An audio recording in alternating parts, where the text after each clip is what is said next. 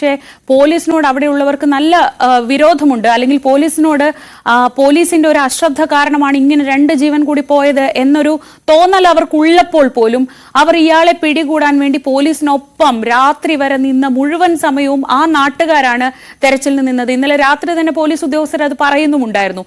ഇന്നലെ കഴിഞ്ഞ 2 ദിവസങ്ങളിൽ പോലീസിന് ഇത്രയേറെ പോലീസിനോട് അവർക്ക് പ്രശ്നങ്ങൾ ഉള്ളപ്പോൾ പോലും അവർ കാണിച്ച ആ ഒരു ജാഗ്രത എത്രത്തോളം ഉണ്ടായിരുന്നു?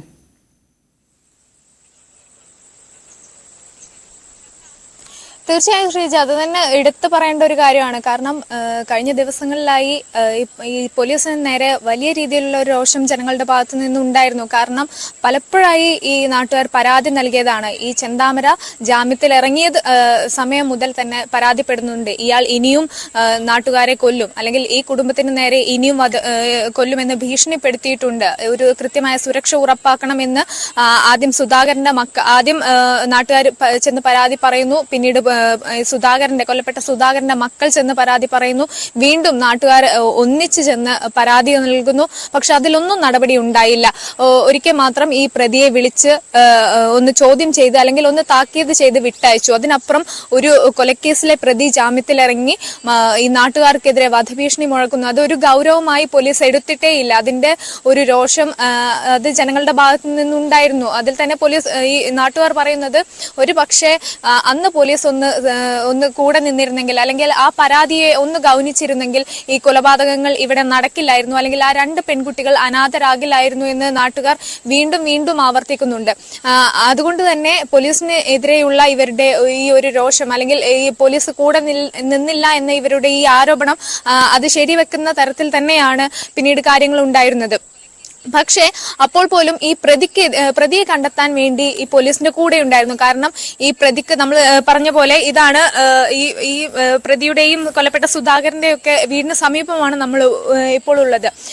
ആ കാണുന്നതാണ് നെല്ലിയാമ്പതി മലനിരകൾ. അവിടേക്കാണ് പ്രതി രക്ഷപ്പെട്ടത് എന്ന തരത്തിലാണ് ആദ്യഘട്ടം മുതൽ തന്നെ വാർത്തകൾ വന്നിരുന്നത്. ആ സമയത്ത് ഈ പ്രതിക്ക് കൃത്യമായി സ്ഥലം അറിയുന്നതാണ്, അല്ലെങ്കിൽ ആദ്യ കൊലപാതകം സജിതയെ 2019 കൊലപ്പെടുത്തിയതിനു ശേഷം പ്രതി ആ മലനിരകളിലേക്കാണ് ഓടി രക്ഷപ്പെട്ടത്. അതുകൊണ്ട് തന്നെ പ്രതിക്ക് ഇവിടുത്തെ ഈ നാട്ടിലെ ഓരോ ഊടുവഴികളും അല്ലെങ്കിൽ ഈ മലനിരകളും അവിടുത്തെ വനമേഖലയൊക്കെ വളരെ കൃത്യമായി അറിയാമെന്ന് ഉള്ളത് കൊണ്ട് തന്നെ മറ്റു പുറത്തു നിന്നുള്ള ഒരു അന്വേഷണ ഉദ്യോഗസ്ഥർ വരുമ്പോൾ അവർക്ക് ഈ പ്രതിയെ പിടികൂടാൻ വളരെ ദുഷ്കരമായിരിക്കും, അല്ലെങ്കിൽ അത്രയും പെട്ടെന്ന് പ്രതിയിലേക്ക് എത്താൻ സാധിക്കണമെന്നില്ല. അതുകൊണ്ട് തന്നെയാണ് ഈ നാട്ടുകാർ, അവർക്കും പ്രത്യേകിച്ച് ഈ പ്രതിയെ പോലെ തന്നെ ഒരുപക്ഷെ ഈ നാടിനെ വളരെ നന്നായി അറിയാം ഇവിടുത്തെ നാട്ടുകാർക്ക് തന്നെ ആയിരിക്കും. അതുകൊണ്ട് തന്നെയാണ് ഈ പ്രതി എത്രയും പെട്ടെന്ന് പിടികൂടണം എന്ന ലക്ഷ്യത്തോടു കൂടി പോലീസിനൊപ്പം എല്ലാ ഘട്ടത്തിലും രാത്രി, നമുക്കറിയാം ആദ്യ ദിവസമൊക്കെ രാത്രി മുഴുനീള തെരച്ചിലുണ്ടായിരുന്നു.